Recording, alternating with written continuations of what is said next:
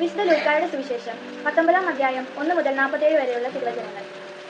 യേശു ജെറിക്കോയിൽ പ്രവേശിച്ച് അതിലൂടെ കടന്നു പോവുകയായിരുന്നു. അവിടെ സക്കേവൂസ് എന്ന പേരായ ഒരാളുണ്ടായിരുന്നു. അവൻ ചുങ്കക്കാരിൽ പ്രധാനനും ധനികനുമായിരുന്നു. യേശു ആരാണെന്ന് കാണാൻ അവൻ ആഗ്രഹിച്ചു. പൊക്കം കുറവായിരുന്നതിനാൽ ജനക്കൂട്ടത്തിൽ നിന്നുകൊണ്ട് അത് സാധ്യമായിരുന്നില്ല. യേശുവിനെ കാണാൻ വേണ്ടി അവൻ മുമ്പേ ഓടി ഒരു സിക്കമൂർ മരത്തിൽ കയറിയിരുന്നു. യേശു അതിലെയാണ് കടന്നു പോകാനിരുന്നത്. അവിടെ എത്തിയപ്പോൾ അവൻ മുകളിലേക്ക് നോക്കി പറഞ്ഞു, സക്കേവൂസ്, വേഗം ഇറങ്ങി വരിക. ഇന്ന് എനിക്ക് നിന്റെ വീട്ടിൽ താമസിക്കേണ്ടിയിരിക്കുന്നു. അവൻ തിടുക്കത്തിൽ ഇറങ്ങിച്ചെന്ന് സന്തോഷത്തോടെ അവനെ സ്വീകരിച്ചു. ഇത് കണ്ടപ്പോൾ അവിടെയുള്ളവരെല്ലാവരും പിറുപിറുത്തു. അവൻ പാപിയുടെ വീട്ടിൽ അതിഥിയായി താമസിക്കുന്നുവല്ലോ. സക്കേവൂസ് എഴുന്നേറ്റ് പറഞ്ഞു, കർത്താവേ, ഇതാ എന്റെ സ്വത്തിൽ പകുതി ഞാൻ ദരിദ്രർക്ക് കൊടുക്കുന്നു. ആരുടെയെങ്കിലും വക വഞ്ചിച്ചെടുത്തിട്ടുണ്ടെങ്കിൽ 4 ഇരട്ടയായി തിരിച്ചു കൊടുക്കുന്നു. യേശു അവനോട് പറഞ്ഞു, ഇന്ന് ഈ ഭവനത്തിനു രക്ഷ ലഭിച്ചിരിക്കുന്നു. ഇവനും അബ്രഹാത്തിന്റെ പുത്രനാണ്. നഷ്ടപ്പെട്ടു പോയതിനെ കണ്ടെത്തി രക്ഷിക്കാനാണ് മനുഷ്യപുത്രൻ വന്നിരിക്കുന്നത്. അവർ ഇത് കേട്ടുകൊണ്ടിരിക്കുമ്പോൾ അവൻ തുടർന്ന് ഒരു ഉപമ പറഞ്ഞു. കാരണം അവൻ ജെറുസലേമിന് സമീപത്തായിരുന്നു. ദൈവരാജ്യം ഉടൻ വന്നു ചേരുമെന്ന് അവർ വിചാരിക്കുകയും ചെയ്തിരുന്നു. അവൻ പറഞ്ഞു, ഒരു പ്രഭു രാജപദവി സ്വീകരിച്ച് തിരിച്ചു വരാൻ വേണ്ടി ദൂരദേശത്തേക്ക് പോയി. അവൻ ഭൃത്യന്മാരിൽ 10 പേരെ വിളിച്ച് 10 നാണയം അവരെ ഏൽപ്പിച്ചുകൊണ്ട് പറഞ്ഞു, ഞാൻ തിരിച്ചു വരുന്നതുവരെ നിങ്ങൾ ഇതുകൊണ്ട് വ്യാപാരം ചെയ്യുവിൻ. അവന്റെ പൗരന്മാർ അവനെ വെറുത്തിരുന്നു. ഈ മനുഷ്യൻ ഞങ്ങളെ ഭരിക്കുവാൻ ഞങ്ങൾ ഇഷ്ടപ്പെട്ടിരുന്നില്ല എന്ന നിവേദനവുമായി അവർ ഒരു പ്രതിനിധി സംഘത്തെ അവൻ പിന്നാലെ അയച്ചു. എന്നാൽ അവൻ രാജപദവി സ്വീകരിച്ച് തിരിച്ചു വന്നു.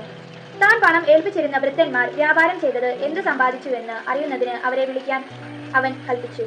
ഒന്നാമൻ വന്നു പറഞ്ഞു, യജമാനനെ, നീ തന്ന നാണയം 10 കൂടി നേടിയിരിക്കുന്നു. അവൻ പറഞ്ഞു, കൊള്ളാം, നല്ലവനായ ഭൃത്യ.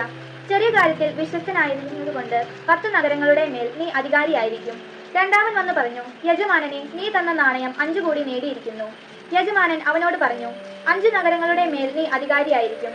വേറൊരുവൻ വന്നു പറഞ്ഞു, യജമാനനെ, ഞാൻ തുണിയിൽ പൊതിഞ്ഞു സൂക്ഷിച്ചിരുന്ന നിന്റെ നാണയം ഇതാ. നിന്നെ എനിക്ക് ഭയമായിരുന്നു, കാരണം നീ കർക്കശനും വയ്ക്കാത്തത് എടുക്കുന്നവനും വിതയ്ക്കാത്തത് കൊയ്യുന്നവനുമാണ്. അവൻ പറഞ്ഞു, ദുഷ്ടഭൃത്യ, നിന്റെ വാക്കുകൊണ്ട് തന്നെ ഞാൻ നിന്നെ വധിക്കും.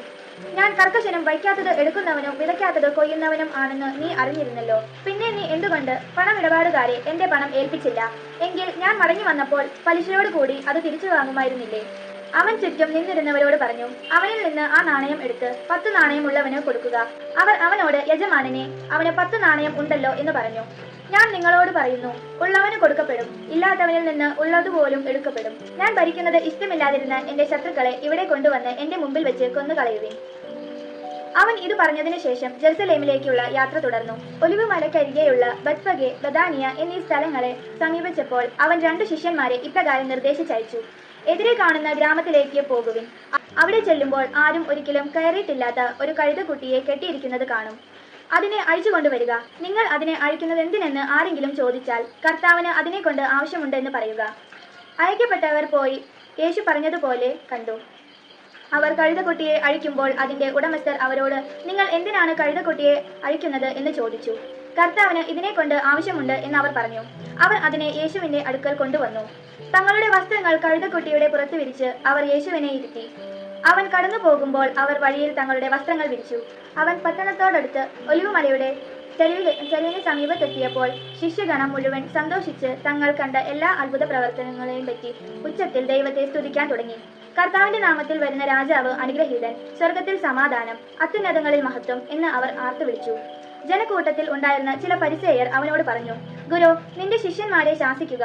അവൻ പ്രതിവചിച്ചു, ഇവർ മൗനം ഭജിച്ചാൽ ഈ കല്ലുകൾ ആർത്തു വിളിക്കുമെന്ന് ഞാൻ നിങ്ങളോട് പറയുന്നു. അവൻ അടുത്തു വന്ന് പട്ടണം കണ്ടപ്പോൾ അതിനെക്കുറിച്ചു വിലപിച്ചുകൊണ്ട് പറഞ്ഞു, സമാധാനത്തിനുള്ള മാർഗങ്ങൾ ഈ ദിവസത്തിലെങ്കിലും നീ അറിഞ്ഞിരുന്നുവെങ്കിൽ. എന്നാൽ അവ ഇപ്പോൾ നിന്റെ ദൃഷ്ടിയിൽ നിന്ന് മറയ്ക്കപ്പെട്ടിരിക്കുന്നു. ശത്രുക്കൾ നിനക്ക് ചുറ്റും പാളയമടിച്ച് നിന്നെ വളയുകയും എല്ലാ ഭാഗത്തു നിന്ന് നിന്നെ ഞെരുക്കുകയും ചെയ്യുന്ന ദിവസങ്ങൾ വരും. നിന്നെയും നിന്റെ മക്കളെയും നശിപ്പിക്കുകയും നിന്നിൽ കണ്ണിന്മേൽ കല്ല് ശേഷിപ്പിക്കാതിരിക്കുകയും ചെയ്യും. എന്തെന്നാൽ നിന്റെ സന്ദർശന ദിനം നീ അറിഞ്ഞില്ല. അനന്തരം അവൻ ദേവാലയത്തിൽ പ്രവേശിച്ച് അവിടെ കച്ചവടം നടത്തിക്കൊണ്ടിരുന്നവരെ പുറത്താക്കാൻ തുടങ്ങി. അവൻ അവരോട് പറഞ്ഞു, എന്റെ ആലയം പ്രാർത്ഥനാലയം എന്ന് എഴുതപ്പെട്ടിരിക്കുന്നു, നിങ്ങളോ അതിനെ കവർച്ചക്കാരുടെ ഗുഹയായി മാറ്റിയിരിക്കുന്നു.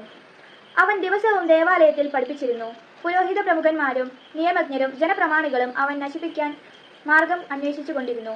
എന്നാൽ അവർക്ക് ഒന്നും ചെയ്യാൻ കഴിഞ്ഞില്ല, കാരണം ജനങ്ങളെല്ലാം അവന്റെ വാക്കുകളിൽ മുഴുകി അവനെ വിട്ടുപോകാതെ നിന്നു. വിശുദ്ധ ലൂക്കായുടെ സുവിശേഷം 19-ാം അധ്യായത്തിൽ നിന്നുള്ള ചോദ്യോത്തരങ്ങൾ. ചോദ്യം 1. ലൂക്ക 19-ാം വാക്യത്തിൽ എത്ര വാക്യങ്ങൾ ഉണ്ട്? ഉത്തരം 48. ചോദ്യം 2. യേശു ഏത് സ്ഥലത്തു കൂടെ പോയപ്പോഴാണ് സക്കേവൂസിനെ കണ്ടുമുട്ടിയത്? ഉത്തരം ജെറീക്കോ. മൂന്നാം ചോദ്യം. സക്കേവൂസ് ആരായിരുന്നു? ഉത്തരം ചുങ്കക്കാരിൽ പ്രധാനനും ധനികനുമായിരുന്നു. ചോദ്യം 4. പൊക്കം കുറവായിരുന്നതിനാൽ എവിടെ നിന്നുകൊണ്ട് യേശു ആരെന്ന് കാണാൻ സക്കേവൂസിന് സാധ്യമായിരുന്നില്ല? ഉത്തരം ജനക്കൂട്ടത്തിൽ. ചോദ്യം 5. പൊക്കം കുറവായിരുന്നതിനാൽ യേശുവിനെ കാണാൻ കയറിയിരുന്ന മരം ഏത്? ഉത്തരം സിക്കമൂർ. ചോദ്യം 6. സക്കേവൂസ് യേശുവിനെ സ്വീകരിച്ചത് കണ്ടപ്പോൾ ജനക്കൂട്ടം പുറപ്പെടുത്തതെന്ത്? ഉത്തരം പാപിയുടെ വീട്ടിൽ അതിഥിയായി താമസിക്കുന്നുവല്ലോ. ചോദ്യം 7. ലൂക്ക 19:8 പ്രകാരം സക്കേവൂസ് യേശു വിളിച്ചത് എങ്ങനെ? കർത്താവേ. ചോദ്യം 8.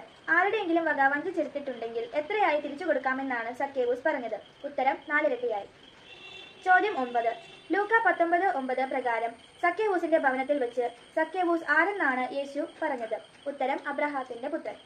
ചോദ്യം 10. യേശു 10 നാണയത്തിന്റെ ഉപമ പറഞ്ഞത് എവിടെ വെച്ച്? ഉത്തരം ജെറുസലേമിന് സമീപം.